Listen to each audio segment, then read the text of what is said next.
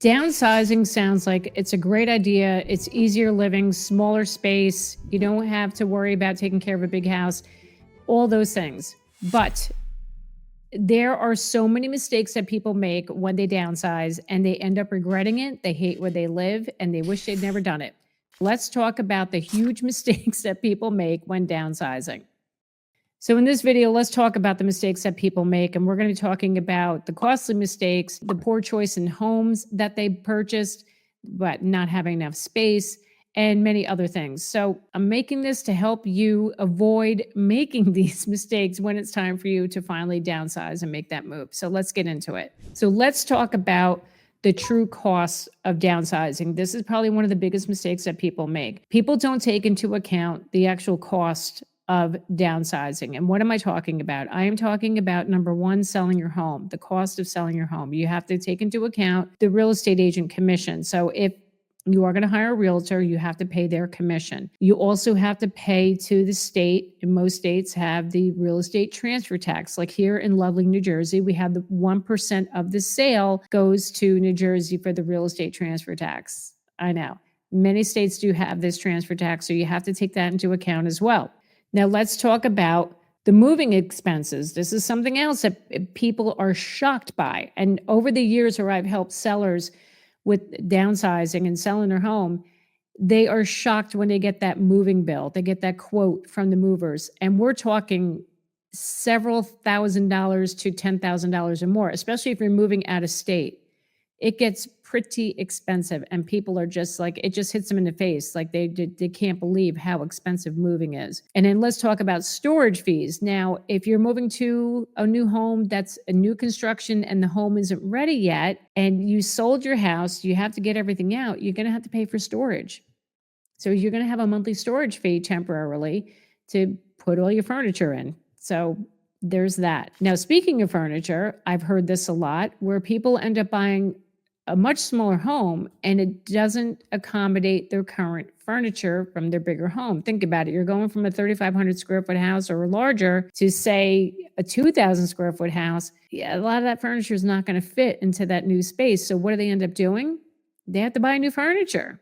So there's that expense as well. Before you decide what kind of house you're going to be buying and where you're moving to, you got to add these costs up first so you're prepared for it. Because I see this a lot. People are just, they're shocked by how expensive it is to actually go through this process. All right, the next mistake is that people don't take into consideration the layout or the size of the new home they're going to buy. Now, people have this in their head. I want a smaller house. I want a smaller yard. I don't want to deal with maintaining all this space and taking care of all this, which is all well and good. But what ends up happening is a lot of times when people move to a smaller home and they have kids and grandkids, there's not enough space to house the said kids and grandkids. And they end up regretting it, that they don't have enough bedrooms for them to sleep there. There's not enough room to entertain. The dining room isn't big enough to fit the whole family, for Thanksgiving dinner or Christmas dinner. And yeah, they end up regretting that. It's a big problem. So really plan accordingly. Think about how often are your kids going to be coming to visit and the grandkids come to visit. You do want to make sure you have enough space. Another thing that people get shocked about is not planning on not having a basement. A lot of the homes down south are built on slabs. And if you buy one of these newer homes, you don't have a basement. Not only you're losing the storage space, but you don't have another area for the family to hang out. If your living space on the main floor is much smaller, you would at least have a basement that the kids can go hang out at and whatever. Yeah, a lot of people regret that too. They don't take that into consideration. So plan accordingly. Really think through, how often is your family going to come to visit? How many bedrooms do you realistically need? It may not be 2 bedrooms. It may not be 3. You may end up needing a smaller home, but would still need 4 bedrooms to accommodate your kids and any guests that will come to visit. Another big mistake is that people assume that living in an HOA community is just going to be carefree living. Everything's going to be hunky-dory. I don't have to worry about mowing my lawn, shoveling my driveway, taking care of the landscaping, because I have the homeowners association to take care of that. That's what I'm paying a monthly fee for. Okay, step back. Yes, it is easier because you don't have to worry about maintaining the yard and all those things. But HOAs come with restrictions and rules. You may not be able to like hang flags or hang like lawn decorations, put them in your yard. You've heard me talk about this before in prior videos about HOAs. You could run into some problems here. You're not going to be able to do everything you want on the outside of your house because the HOA is going to be, they're going to give you a violation and possibly charge you a fine. So it's not all that great because you have those restrictions. The other thing you have to think about are the HOA fees.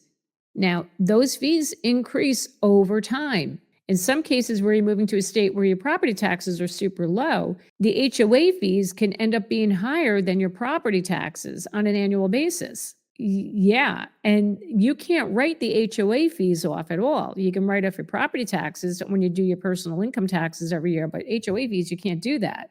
So think about that too. And what I recommend, if you're looking into a certain community, talk to current homeowners and ask them, how do they feel about living in that community? What has it been like with the rules and restrictions? Is the HOA difficult to work with? How often are they increasing the HOA dues every year? That's a key thing you need to think about. But especially if you're retiring and you're on a fixed income, those HOA fees, they could kill you in the end. They really could. They could really become super expensive and really affect your quality of life if you're paying like astronomical amounts of money towards your HOA. And by the way, did you know I offer a free service where I can help get you connected to a real estate agent in your market, whether you're selling or buying, or if you're looking to buy your smaller home, you're downsizing, I can get you connected to an agent in that market. So scan this QR code here or click the link below, fill out the forms, and I will get back to you with an agent in those markets. Another big mistake that people make is they don't consider the lifestyle changes in the area that they're moving to. So what do I mean by this? People don't take into account the medical care, the amenities, or the communities that are in that area. Like they also don't take into account like how far is the closest shopping mall, how far are the closest restaurants, how far is, the grocery store, things like that. Now, I want to go back to the medical care thing because this is a big issue, especially in the states down south where there's an influx of people that move there, but there's not enough doctors. Now, I'm speaking from experience here. I'm part of a Facebook group relocating to Delaware, and the biggest complaint I see from people commenting on this page is the lack of medical care. People are waiting about a year for a doctor appointment and just to see a primary care physician. This is a big issue. Now, it's going to take time for them to catch up, to bring more doctors in, to build more hospitals in that area. That will take time. It's not saying that it will never happen. Like it is what it is, and people are moving here and these are the only doctors we have. They are going to be improving that, but it's going to take years for that to get better. And I've heard stories that down in North Carolina, when people were starting to move from up north and retire down there, they're moving to areas where there wasn't access to a lot of medical care. And it took a long time for that to build up. And like it just takes time. So you got to take that into consideration, especially for those who are coming from the Northeast. Like where I am up here in Northern Jersey, we have access to wonderful medical care between New York City and Philadelphia, even up in like, say, Massachusetts. Boston has some great hospitals. So when you're coming from an area like that and you're going, say, down south, where it's going to be a little more challenging to get really good quality care, it's a shock. It is a shock. So plan accordingly. Really research the areas that you're looking into and see like what's the reality as far as medical care goes. Recently, I had a couple, I sold their house here and they moved to South Carolina. The wife is a nurse practitioner, and she worked in one of the top hospitals here in New Jersey. And she did admit to me, she said, she was a little put off by her first doctor visit because she said, like not to knock the doctors down south, and we're not doing that, but the standards are a little different.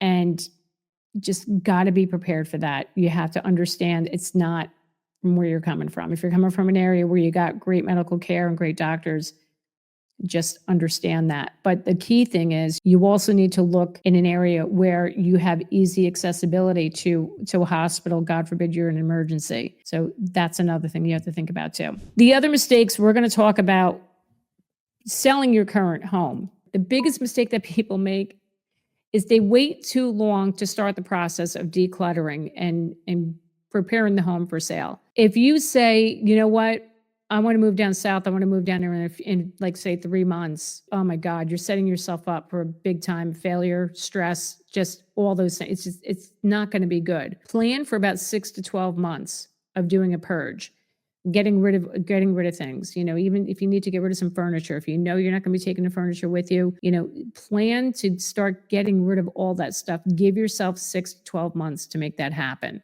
Trust me on that one. You need the time because it is so overwhelming. Now let's talk about the mistake people make when it comes to selling their home and overpricing their home. This is a tough one to address, but I'm going to be honest. I'm real. I'm going to tell you the truth.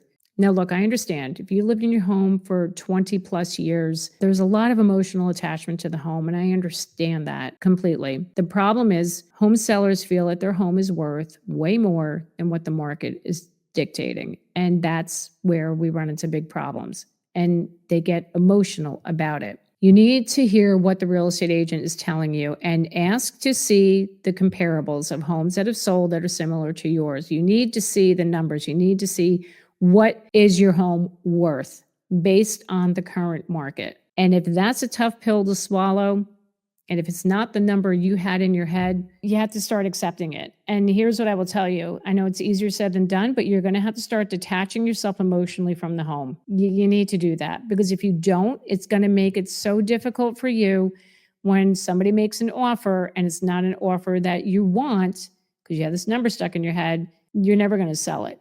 You're going to have a hard time selling it. You're going to turn offers down. You're going to get angry. You're going to get emotional about it. Listen to what your real estate agent is telling you. We have a saying in real estate: your home is worth what a buyer is willing to pay. So if you price your home according to the market and you get multiple offers, you priced your home well, priced it right. If you are higher than that and you're not getting offers, or if you're getting offers under list, they're telling you what they think your home is worth. That's just how it goes. And I understand it's really difficult to swallow that pill and to accept a number that, is less than what you had in your head, but you have to start getting yourself there mentally. So when you talk to real estate agents and they're showing you comparables and they're showing you what the market value is, you got to trust that number and just go with it. And I mean, that's just how it's going to be. You have to detach yourself emotionally from the house. This is a business transaction. That's how you have to look at it. And then once you do that, things will go much smoother. Don't let these mistakes happen to you, because it's going to make life so difficult for you, not only with selling the home, but even transitioning and buying the next place. I hope you found this information valuable today. Thank you so much for watching me and getting your dose of real estate reality. My name is Jackie Baker, and I will see you next time.